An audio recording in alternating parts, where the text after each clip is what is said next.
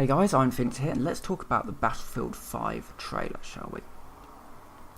So, essentially we've got a load of controversy surrounding it on the basis that they have a female British soldier in the game. And ultimately, I don't really see a problem with that because none of the trailer anyway that we see is particularly historically accurate. And I've heard stories that actually it's going to be going a little bit more towards the Wolfenstein alternate history way of doing things, rather than being a traditional stuck in the mud, this is World War II as a video game type of thing. And we see this throughout the trailer, that none of it is particularly historically accurate. And we'll be talking about a few of those in a moment, but I do want to touch on this whole idea of women as a soldier in video games, or in World War II. They were used, but they tended to only be used by countries that were being invaded or had been invaded.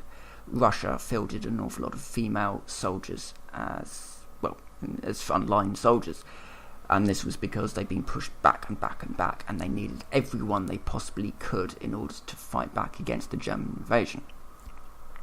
We also had Poland. Poland had been invaded quite early on and almost immediately set up a resistance force to do whatever they possibly could to fight against German oppression. And as a result, they're not just going to be the males aren't going to be the only ones fighting there, and they're not going to be the only ones who want to continue to fight under another's flag, as which it was what happened with an awful lot of Polish pilots. Quite a lot of them ended up flying in British Spitfires, basically, under British control ultimately, because they wanted to free other countries, as well as Poland, from German oppression. Now, we don't know how in this alternate history how far Britain has been pushed to force it to field female British soldiers.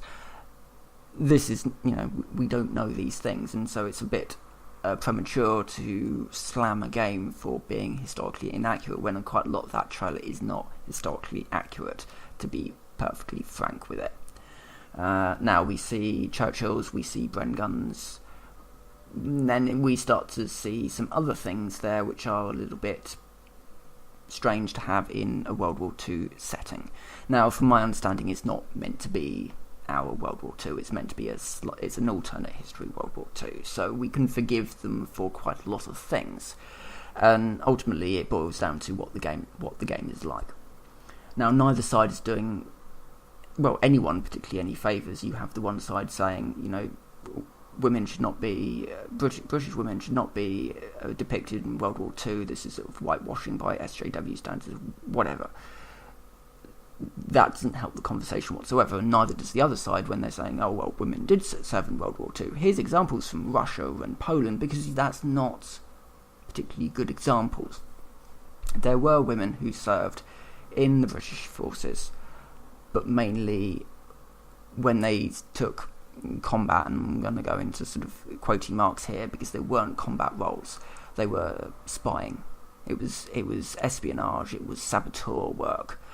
And these took place in countries that hadn't necessarily been invaded yet. It was breaking logistical chains, getting as much intel on the enemy as possible, all that sort of thing. This is SOE work. This is pretty dirty stuff, ultimately, if you start digging into exactly what SOE did. Quite a lot of it was...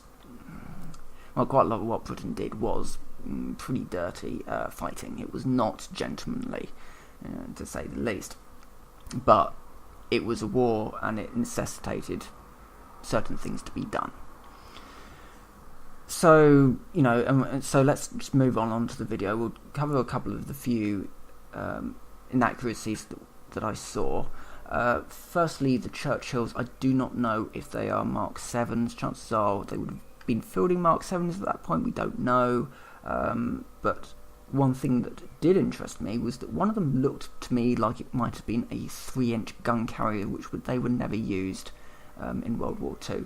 However, because of the angle, I can't be sure, because it the camera sort of goes over the top, but the gun does look very low down to be in a turret. So, and I couldn't quite work it out from the other video, the other sort of screenshot that we see the tanks coming from, if that was actually accurate. They may very well just be two Mark 6 or Mark 7 Churchill tanks, for all I know. I couldn't really see properly. But, you know, you move into the other sort of examples of inaccuracies within the game. The woman has a prosthetic arm, which and quite a sophisticated rifle for that time period. So prosthetics back in those days, not particularly sophisticated. I would not have expected her to have being able to use a World War II era prosthetic and also fire a pretty sophisticated looking rifle with scope accurately. But we do see that in the trailer. The other two things that we see is we see an American half-track motorcycle, which is strange because Americans didn't actually have any built. It's quite a good chance that it's actually a captured unit from Germany. An American soldiers captured it during the invasion, repainted it in American colours, and then used that.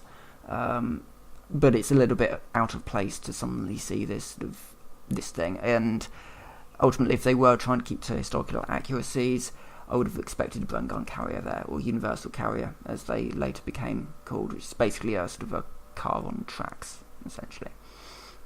And the other sort of historical inaccuracy we saw was the doodlebug come in. You know, there's this scream of rockets, and this doodlebug comes in the V1. And they're not that sort of weapon. They were siege weapons, I guess you could call them. You put them on the beaches, I guess, of France. You aim them at London. You fill them with enough fuel for them to get to London, you hope, and then you let them go. There's no targeting systems, there's no GPS or anything back then, so you would not want to use one as a tactical rocket. And yet that's what we see in the video, this V1 being used as a tactical rocket rather than as a hope it actually ends up vaguely hitting in the right area sort of weapon. So that's the trailer. All in all, I think all this backlash is ridiculous. I don't think that the media outlets are helping when they sort of come up with reasons why this backlash is ridiculous. I think that they could take a far more measured and controlled approach towards dealing with this controversy, as people like to call it. And for the other side, you know, it's not meant to be historically accurate. It's meant to be a fun game. Let's just measure the game on itself. Is the game fun? Is it full of loot boxes and microtransactions? Is it full of ridiculous DLC? We won't know these things until it is actually released. I will not be buying it on launch. In fact, I haven't bought a Battlefield title since Battlefield 4, which I didn't think was particularly good. If, however, they start adding in drivable British vehicles and balance them accordingly, well, we'll see. I do like British tanks of the 1930, the World War II, Cold War period. British tanks were actually really, you know, interesting, really to look at and to see, you know, ultimately.